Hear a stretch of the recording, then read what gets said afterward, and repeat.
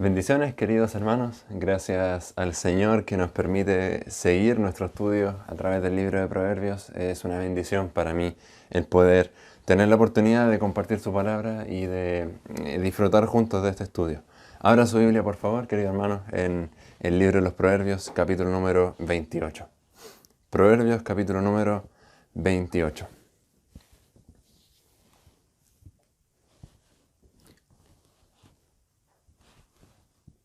Si tiene ya su Biblia abierta en el Proverbios capítulo número 28, antes de cualquier cosa vamos a tener un tiempo de oración. Señor, le damos gracias por poder estudiar su palabra. Gracias por esa bendición, Señor. Le pedimos en esta oportunidad que tú nos guíes, Señor. Úsame y glorifícate por medio de tu palabra, Señor. Oramos en el nombre de Jesús. Amén. Proverbios capítulo número 28, versículo número 1. Dice así, la palabra del Señor: huye el impío sin que nadie lo persiga, mas el justo está confiado como un león. Huye el impío sin que nadie lo persiga, mas el justo está confiado como un león. Viva confiadamente, querido hermano. Ese es el título de este devocional. Viva confiadamente.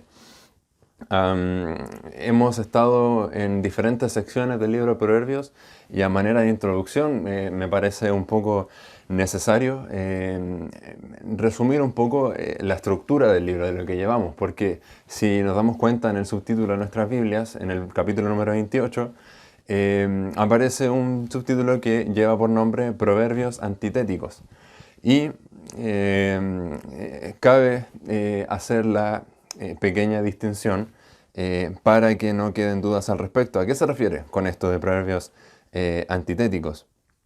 Y la idea es bastante sencilla. Vamos a hacer un pequeño resumen de las diferentes secciones del libro de Proverbios, cómo va a estar apareciendo en la pantalla. Tenemos entonces que el libro de Proverbios, el libro de cómo vivir una vida sabia, ¿cierto? Cómo vivir sabiamente la búsqueda y el vivir la sabiduría. Ese es el tema del libro de Proverbios. No solamente encontrar la sabiduría, sino que atesorarla y hacerla vívida en nuestras vidas, valga la redundancia. Tenemos, en primer lugar, que en su estructura son 5 grandes secciones del libro. Son, primero, la introducción, el capítulo número 1, versículos del 1 al 7. Tenemos la sección número 2, que son los proverbios de padre a hijo, ¿cierto? Estos proverbios que son más relacionales, más cercanos, que son proverbios para que uno deje de ser un simple y pueda ser sabio. Esa es la idea de esa segunda sección. Y eso comprende los capítulos del 1 al 9 del libro de Proverbios. Capítulos del 1 al 9, entonces tenemos esa sección ahí en color verde, esos proverbios de consejo para el hijo, de alguna manera, como más cercano. Luego esa gran sección que tenemos en medio es justamente en la que estamos, justo en la que nos encontramos, la sección número 3, la sección en color celeste, de los capítulos número 10 al capítulo número 29. Y esto se nos menciona al comenzar esta sección, que son proverbios para aumentar sabiduría, para que el sabio sea más sabio. Pequeña exhortación al respecto de eso. Nadie está exento de estudiar el libro de Proverbios, incluso el más sabio de los sabios. Todos necesitamos adquirir más sabiduría y aprender más. Nadie puede decir, ya aprendí todo. Proverbios para aumentar sabiduría, entonces esta sección celeste. La sección número 4, que es la sección azul, el proverbio capítulo número 30, las palabras de Agur, ese es lo que lleva como título. Y la sección número 5, el color negrito, las palabras de Lemuel. Si vemos, no todo es, aunque el libro lleva el nombre de Proverbios de Salomón, no todo es escrito por Salomón necesariamente. Y justamente nos encontramos acá, en la sección celeste, en la sección número 3, terminando el capítulo 27 y comenzando el capítulo 28. ¿Y por qué es importante hacer esta distinción que yo les decía? Por lo que vemos en la siguiente diapositiva. Porque si ampliamos la sección número 3, si le hacemos un zoom, ¿cierto? Encontramos que estos capítulos del 10 al 29, en donde nos encontramos, tiene otras subsecciones, unas mini secciones dentro de esta gran sección, que es la más grande del libro. Y tenemos del capítulo 10 al 22 los proverbios de Salomón. Tenemos del capítulo 22 al 24 aproximadamente las palabras de los sabios, que son escritos por otros sabios de Israel de ese tiempo. Y la última sección del capítulo 25 al 29, que nuevamente es otra compilación de proverbios de Salomón. De esa manera está estructurada esta sección número 3. Proverbios de Salomón, palabras de los sabios, proverbios de Salomón nuevamente. Sin embargo, esa última pequeña sección del capítulo 25 al 29, la que está ahí en color azul, se subdivide en dos, que son del capítulo 25 al 27, el color verde, las copias de los varones de Ezequías, que es la sección que acabamos de terminar. Es un compilado, ¿cierto?, de diferentes proverbios que ya hemos visto, son proverbios de diferente índole, muy relacionados con lo que son las amistades, las relaciones interpersonales. Y el proverbio luego del capítulo 28 al 29, los que están ahí en color naranjo en el diagrama, que son los proverbios antitéticos. Entonces estamos en la última sección del estamos en la última sección de la sección número 3. Estamos en la última parte, estamos terminando esta gran sección celeste del libro, la más grande que tiene. Y estamos justamente comenzando esa parte naranja, que llevan de título los proverbios antitéticos, tanto el 28 como el 29. ¿Por qué llevan este título? ¿Por qué proverbios antitéticos? ¿Y qué significa proverbios antitéticos? Bueno, ¿qué son? Y la palabra antitético realmente es una palabra compuesta, es decir, son dos palabras que componen una palabra. Y es la palabra anti y la palabra tesis, que la palabra anti por su lado significa algo opuesto o que presenta oposición, y la palabra tesis por otro lado que es una conclusión o es una aseveración de algo. Es algo que ya se ha llevado, que se ha concluido, es un dicho, ¿cierto?, que se ha estipulado. Entonces la palabra antitético, cuando hablamos de algo que presenta una antítesis o algo que es antitético, es algo que es opuesto a lo que ya se dijo. Esa es la idea. Eso es a la antítesis. Presento algo que es opuesto a lo que ya se presentó anteriormente. Eso es básicamente en cuanto a las palabras. Y de manera resumida, eso es una idea presentada en dos enunciados opuestos. No son dos ideas, es solamente una idea en dos diferentes enunciados. En dos enunciados que tienen oposiciones de palabras. La estructura de los proverbios antitéticos, vamos a verla muy rápidamente. Por ejemplo, tenemos este ejemplo aquí, que es, si no me equivoco, el proverbio número 10, versículo 1. Dice los proverbios de Salomón: el hijo sabio alegra al padre, pero el hijo necio es tristeza de su madre. Podemos ver claramente las dos partes, ¿cierto?, de un proverbio antitético. Tenemos ahí el enunciado A, sería nuestra primera tesis, ¿cierto? El hijo sabio alegra al padre. Y el enunciado B, en color rojo, sería la antítesis justamente. Pero el hijo necio es tristeza de su madre. Ahí está lo que yo le decía. Es una idea. El versículo es una idea, es un proverbio. Pero presentado con un contraste, con dos enunciados diferentes. Y aquí podemos ver claramente los contrastes que se hacen. Por ejemplo, lo marcamos ahí en color amarillo y en color rojo, ¿cierto? Lo que se contrasta. Se contrasta en cuanto al hijo, ¿cierto? Se está hablando del hijo en este versículo. Vemos que se contrasta sabio con necio, que ese sabio alegra y que el necio es tristeza. Y vemos también que el padre y la madre en ese caso. Entonces son cosas que se hablan en los dos enunciados, hablando del mismo tema, pero se presenta de una manera diferente, de una manera opuesta. Entonces el hijo sabio alegra al padre, pero el hijo necio es tristeza de su madre. ¿Qué está diciendo en resumidas cuentas? ¿Cuál es la idea principal? Está hablando de la sabiduría en la relación de hijos con los padres, ¿cierto? Esa es como la idea principal. Por lo tanto, si es que hay sabiduría en el hijo, esto va a alegrar al padre. Si no hay sabiduría, va a haber tristeza para la madre. Eso es un poco un proverbio antitético. Presentar una idea, dar una enseñanza concreta en dos enunciados diferentes. ¿Cómo diferenciar los proverbios antitéticos? Muy sencillo. Hay muchas formas, pero la más clara es a través de ese conector, el más o el pero, lo que se le llama un conector adversativo, ¿cierto? Que presenta algo de oposición a lo anterior, un más o un pero.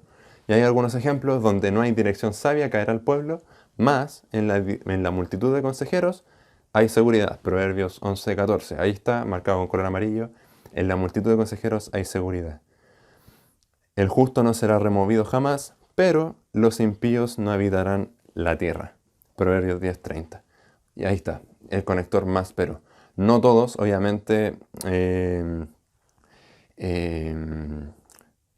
no todos, obviamente, los proverbios que presentan un más o un pero, no necesariamente todos son antitéticos, pero sí la gran mayoría. Y también cabe mencionar que no solamente esto se presenta en proverbios, también se presenta en los salmos y en diferentes libros de la Biblia. Entendamos que es poesía hebrea de lo que estamos hablando. Entonces, eso es un pequeño resumen de lo que son los proverbios antitéticos, la sección que vamos a entrar a ver. ¿Por qué es importante destacarlo? Porque no todos los proverbios que están aquí del capítulo 28-29 son antitéticos, no todos, pero en su gran mayoría se compilaron de esa manera. Su gran mayoría de los que están aquí presentes son de esa forma. Y la aclaración era necesaria para que nosotros podamos distinguir un proverbio antitético de cualquier otro y podamos entender que no son dos enseñanzas, sino que es solamente una enseñanza presentada de una manera diferente. Y el que nos toca en esta ocasión dice: huye el impío sin que nadie lo persiga, más, ahí está el más o el pero, el justo está confiado como un león. Y como mencionaba recientemente, aquí estamos contrastando al impío con el justo, y estamos contrastando a que alguien está desconfiado, alguien que tiene miedo porque está huyendo, y por otro lado tenemos a otro que está confiado, que está seguro. Como le dije anteriormente en el comienzo del devocional, el nombre de este devocional, el título, es Viva confiadamente. Frecuentemente el libro de Proverbios nos advierte acerca de las amistades, de la gente que nos puede llevar por un mal camino en la vida y que nos puede apartar de la sabiduría que este libro tanto nos insiste en buscar, en perseguir, en abrazar la sabiduría de Dios. Y muchas veces el mundo nos va a presentar el pecado como cosas apetitosas, como manjares deliciosos, querido hermano, y lamentablemente los simples, y muchas veces somos esos, caemos en esta tentación y solemos ceder al pecado. Y es ahí cuando realmente vivimos esto. Y no creo que ninguno de nosotros haya estado exento de esta situación en algún momento, en el que nos sentimos perseguidos, nos sentimos vulnerables, nos sentimos temerosos, porque nuestra conciencia nos está acusando de lo que hicimos. Hay cargos de conciencia. Y esto es lo que el libro de Proverbios trata de evitar, justamente, que usted se vaya a la vereda de la sabiduría, que no se siente la silla de los escarnecedores, que no comparta con ellos su vida, sino que esas buenas amistades usted las pueda arrastrar hacia los sabios, porque el que anda con sabios, sabio será, y usted puede vivir una vida íntegra de esa manera. Entonces, para vivir confiadamente, para vivir tranquilamente, querido hermano, es necesario vivir con inteligencia y tomar decisiones con inteligencia. Tenemos entonces claramente la antítesis aquí. Dos personajes, el impío y el justo. Uno huye, otro está confiado. Uno tiene miedo y el otro está tranquilo. El impío, por definición, es alguien que carece de piedad. Eso significa alguien impío, alguien que no tiene piedad, que no se conduce por la piedad, que actúa impulsivamente, es cruel, inmisericordia, es vengativo. Y por esa misma forma de conducirse él es que toma sus decisiones y acciona. Si alguien lo golpea, él golpea de vuelta. Si él tiene que llegar a algún lado y está atrasado, él no le importa quebrantar la ley para llegar más rápido. Ese es alguien impío, el cual siempre sus intereses están por sobre los demás y los del Señor. Y sin medir las consecuencias de sus actos. Y luego de eso ocurre lo que dice el versículo. Por lo tanto, el impío es un tipo de necio, que vemos constantemente en el libro de Proverbios. Y este hombre, luego de que ejecuta la acción, le ocurre esto, ¿no? Llega el remordimiento por su acción, llega el cargo de conciencia, y él se siente que lo están persiguiendo, que está en una persecución, pero realmente no hay nadie acusándolo, juzgándolo. Es solamente su conciencia, sus pensamientos que le están acusando de lo que hizo. Entonces, si estamos hablando de la conciencia, necesariamente tenemos que definir qué es la conciencia. ¿A qué nos estamos refiriendo cuando hablamos de la conciencia? Creo que lamentablemente nuestro concepto de la conciencia está muy influenciado por el secularismo, lamentablemente. Muchas veces nuestro concepto de la conciencia no es el bíblico necesariamente. Y es que se nos ha pintado como un guía, como una persona, como una voz que se nos habla en la cabeza, o como Pepe Grillo, que le dice a Pinocho lo que tiene que hacer. Incluso muchas veces en las animaciones se nos presenta como un ángel de un lado del hombro y como un diablo del otro lado, y está en la disputa para tomar las decisiones. Querido hermano, eso no es correcto bíblicamente hablando, no es la precisión bíblica. Si queremos definir la conciencia bíblicamente hablando, realmente no existe una definición como tal, pero sí hay cosas que podemos saber acerca de la conciencia. Querido hermano, la conciencia es parte de lo que el Señor nos entregó al ser nosotros imagen suya. Eso es importante destacarlo. Somos hechos a la imagen de Dios y eso incluye la conciencia. Por lo tanto, la conciencia, desde ya podemos derribar el argumento de que es un diablo hablando, ¿no es cierto? Porque si es parte del carácter de Dios, si es parte de lo que Dios nos entregó en la creación, Dios es bueno, Dios es santo, por lo tanto no puede estar aconsejándonos dar un mal paso o una mala decisión. Eso descartado desde ya. En segundo lugar, queridos hermanos, la conciencia es parte de la esencia del humano. Inconverso no, es parte de todo ser humano. La conciencia no es una persona. Eso es importante. La conciencia no es una persona. Por lo tanto, no te puede guiar. Eso es importante, queridos hermanos. La conciencia no te está soplando al oído lo que tienes que hacer o lo que no tienes que hacer. Porque no tiene la capacidad de decidir. No es una persona, no es el Espíritu Santo. Si fuese realmente como Pepe Grillo, si la conciencia fuese realmente como Pepe Grillo, que dialoga con Pinocho y le dice, oye, yo creo que esto no es un buen camino, hermanos, ¿para qué necesitamos la Biblia? ¿Para qué necesitaríamos el Espíritu Santo? No es así, no es así, es un mal entendimiento de lo que es la conciencia. Yo sé que están pensando en Romanos capítulo número 1, así que vamos a ir allá y vamos a intentar definir lo que bíblicamente es la conciencia. Romanos capítulo número 1 nos presenta un argumento muy interesante. Nos presenta que todo ser humano, todo hombre, toda mujer, no tiene excusa delante de Dios. No tiene excusa. ¿Por qué? Porque hay cosas creadas que revelan que Dios existe. Yo puedo ver la creación y yo puedo entender que esto no es casualidad, que esto vino de Dios. Y eso es lo que dice en el versículo número 20 del capítulo número 1. Déjeme leo para usted, porque las cosas invisibles de Él, su eterno poder y deidad, se hacen claramente visibles desde la creación del mundo, importante, siendo entendidas por medio de las cosas hechas. Es decir, las cosas que no podemos ver de Él, lo que es invisible, lo podemos hacer entendible hasta cierto punto por las cosas que están creadas. Y sigue el versículo, de modo que no tienen excusa. De modo que no tienen excusa. Sigue el capítulo. Miren el versículo número 25. Cambiaron la verdad de Dios por la mentira, honrando y dando culto a las criaturas antes que al Creador, el cual es bendito por los siglos. Amén. Él es el Creador.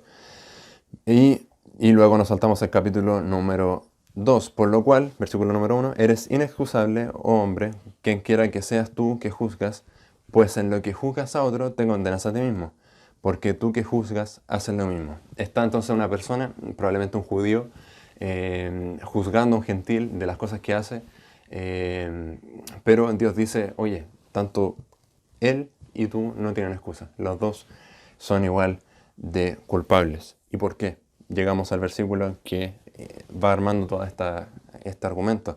Versículo número 15. Mostrando la obra de la ley escrita en sus corazones, dando testimonio su conciencia y acusándoles o defendiéndoles sus razonamientos. ¿Qué está pasando aquí entonces? Y lo uno con la idea de la conciencia. ¿Por qué decimos que la conciencia no es una persona? Porque la conciencia solamente, hermano, funciona en virtud de un conocimiento general, en virtud de una moralidad general de lo que es bueno y de lo que es malo. Y esta moralidad, esta conciencia, se activa una vez, entre comillas, se activa, una vez que yo ya he hecho el pecado o que ya he actuado de esta manera. ¿Cómo alguien en el mundo puede entender que, y en cualquier parte del mundo puede entender que matar es malo, si todos en diferentes lugares del mundo tenemos leyes diferentes? ¿Cómo todos entendemos que el matar es malo? ¿Cómo todos entendemos que robar es malo? ¿Y por qué por contraparte nos sentimos contentos cuando ayudamos a una abuelita a cruzar la calle? ¿Por qué? Porque es la conciencia, defendiéndole nuestros razonamientos cuando hacemos las cosas bien o acusándonos cuando pecamos o acusándonos cuando pecamos. Esa es la conciencia, queridos hermanos. Esa es la conciencia. Es simplemente una capacidad humana, la capacidad del hombre, dada por Dios, de poder discernir luego de que uno cometió el acto, metí la pata. Eso es la conciencia. No te dirige, no es un Pepe Grillo que te está dando consejos. Eso lo hace el Espíritu Santo. La conciencia no. La conciencia solamente o te acusa o te defiende. Lo hiciste bien o lo hiciste mal. Eso es lo que hace la conciencia. Eso es importante, queridos hermanos. Y como dije, si bien la conciencia es de todos los hombres, ¿cierto? Todos tenemos conciencia, todo ser humano tiene conciencia. No en todos los hombres funciona igual, pero a eso vamos a llegar más tarde. Volvamos a leer nuestro versículo para que no se nos vaya. Dice Proverbios 28:1, huye el impío sin que nadie lo persiga, mas el justo está confiado como un león. Huye el impío sin que nadie lo persiga. Obviamente esta persona hizo algo malo, sabe que hizo algo malo, y por eso huye, por eso arranca, por eso escapa, por eso tiene miedo, por eso está temeroso, porque su conciencia está acusándole, hiciste esto, y lo hiciste mal, y tú sabes que lo hiciste mal. No es necesario tener los 10 mandamientos para saber que robar es malo. No es necesario tener la Biblia completa para saber que matar es malo. Porque eso está configurado de alguna manera en nuestra forma de ser, en nuestra creación. Por eso huye el impío, porque sus pensamientos lo acusan. Y muchas veces nos hemos sentido así, ¿no? Sabemos que hicimos algo mal, sabemos que hicimos las cosas no conforme a la ley del Señor, no conforme a como Él quiere. Ahí está la conciencia funcionando. La conciencia no es algo malo, queridos hermanos. La conciencia es una bendición, es una misericordia del Señor. Si no fuera por la conciencia, pecaríamos deliberadamente, comamos y bebamos, hagamos lo que queramos, porque luego de pecar no sentiríamos el remordimiento ni el dolor de saber que pecamos, ni siquiera un cargo de conciencia, y seguiríamos pecando. Es una misericordia del Señor para que no nos desbarranquemos directamente. Y, como dije anteriormente, no todas las personas funciona su conciencia correctamente. Y déjenme le explico. Este impío que está aquí, este que huye, este que está con miedo porque siente que alguien lo va a perseguir, y dice el versículo que aunque nadie lo persiga, bueno, Dios sí lo va a castigar luego de que termine su vida. Este impío, por lo menos, si hay algo bueno en esto, es que al menos se siente mal por su pecado. Al menos hay cargo de conciencia por lo que está haciendo. Déjenme le explico lo que quiero decir. 1 Timoteo capítulo número 2. Y es un versículo que habla también acerca de lo mismo. Primera carta de Pablo a Timoteo, capítulo número 2. Estoy en segunda. Primera de Timoteo 2.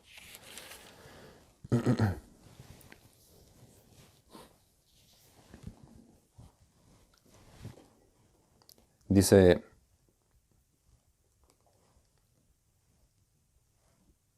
lo siguiente. Perdón, 1 Timoteo capítulo 4. 1 Timoteo capítulo 4.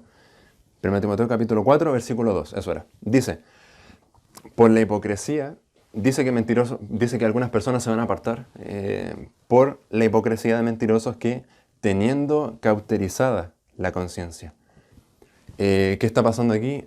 Es gente que ya está tan habituada a pecar, hay tanto pecado en su vida, es tanto el hábito de hacerlo día tras día, tras día, tras día, el mismo pecado, que ya su conciencia ya no los acusa, su conciencia ya no les corrige nada, su conciencia ya no les advierte acerca de algo, porque tienen la conciencia cauterizada. Y eso, queridos hermanos, es más triste que lo que ocurre en Proverbios capítulo 28, porque al menos el impío, que huye, al menos siente el remordimiento, pero está con la conciencia cauterizada. Esto es un motivo para darle gracias al Señor, porque si leemos Hebreos, no tiene que ir allá, yo lo leo. Hebreos capítulo número 9 dice algo maravilloso, Hebreos capítulo número 9, versículo número 14, dice lo siguiente. ¿Cuánto más la sangre de Cristo, el cual mediante el Espíritu Eterno se ofreció a sí mismo sin mancha a Dios, limpiará vuestras conciencias de obras muertas para que sirváis al Dios vivo? Esto es tremendo. Muchas veces, y está correctamente, en teología se habla de cuando uno se convierte, de cuando uno llega a Cristo, ocurre la regeneración, Dios te santifica, etc. Pero poco se habla de que el Espíritu Santo limpia tu conciencia cuando llegas a Cristo. Y esto ocurre, es un evento que ocurre dentro de las muchas cosas que ocurren en la regeneración. Tremendo, tremendo. Porque en algún momento pudimos ser como esos de 1 Timoteo con la conciencia cauterizada, pero que por la gracia soberana del Señor nos limpió nuestra conciencia. Y ahora cuando pecamos, ahora sí nos duele, porque entendemos lo que estamos haciendo.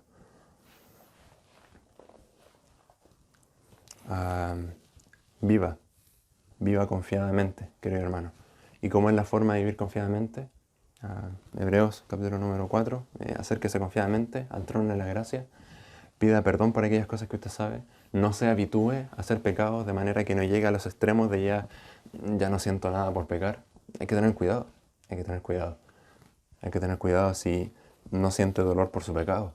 Si pecar ya no le genera tristeza, dolor, debemos ser cuidadosos. Segunda parte del versículo 28, del versículo 1. Mas el justo está confiado como un león. Mas el justo está confiado como un león. Está tranquilo, está seguro. ¿Y por qué como un león? El león, es el eslabón más alto, ¿no? En las cadenas tróficas, en las cadenas alimenticias. Nadie se lo come a él, nadie se alimenta del león. El león, por lo contrario, se alimenta de todos los otros animales. Y la idea aquí de león, en realidad en el texto hebreo original, no es un león como tal, no es un león con melena grande, no es un león adulto, sino que es un leoncillo, esa es la idea. Es un leoncillo, es un león pequeño, es un león cachorro. ¿Y por qué el justo vivirá confiado como el león? ¿Por qué el que vive justamente, por qué el que vive con justicia estará confiado como un león? ¿Por qué? O sea, como un cachorrito de león. Porque precisamente el cachorro de león, aparte de ser el eslabón más grande, si pueden corregirme si no me equivoco, es el consumidor secundario, es decir, es el depredador más alto en la cadena. No solamente es eso, sino que además está amparado por su madre, leona, que lo protege y le da el cuidado. Así vive el justo, así confía el justo. El que no comete pecado, el que sabe que viviendo en la sabiduría y en la justicia del Señor puede descansar. Hermano, viva confiadamente, no caiga en las tentaciones del mundo, cuide su conciencia, cuide ese regalo hermoso que le dio el Señor, de desviarla, de cauterizarla, de llegar a extremos, de habituarse a pecar y que porque siempre lo he hecho ya no ocurre nada. Y no estoy hablando de pecados grandes, entre comillas, estoy hablando de mentir, de esas mentiras pequeñas. Cuán habituados estamos a hacerlas quizás y nadie lo sabe. Estoy hablando de el enojo desenfrenado, que lo manifestamos constantemente y ya ni siquiera me entristece enojarme, ya ni siquiera me es un cargo de conciencia. Tengamos cuidado, tengamos cuidado. Volvamos al trono de la gracia, pidámosle perdón al Señor. Él perdona, Él es fiel y justo, y así podemos vivir como ese cachorro de león, descansando, confiando. Sabemos que no hay peligros alrededor. Oramos. Señor, le damos gracias por tu palabra. Señor, muchas gracias por este consejo de tu palabra, Señor, que nos insta, Señor, a vivir en paz, a vivir tranquilos, Señor, sabiendo que el resultado de vivir en sabiduría, Señor, va a traer paz, va a traer tranquilidad a nuestras vidas, Señor. Te damos muchas gracias, Señor, por el consejo de tu palabra. Oramos en nombre de Jesús. Amén. El Señor les bendiga, queridos hermanos, que estén muy bien y que tengan un muy lindo tiempo de oración.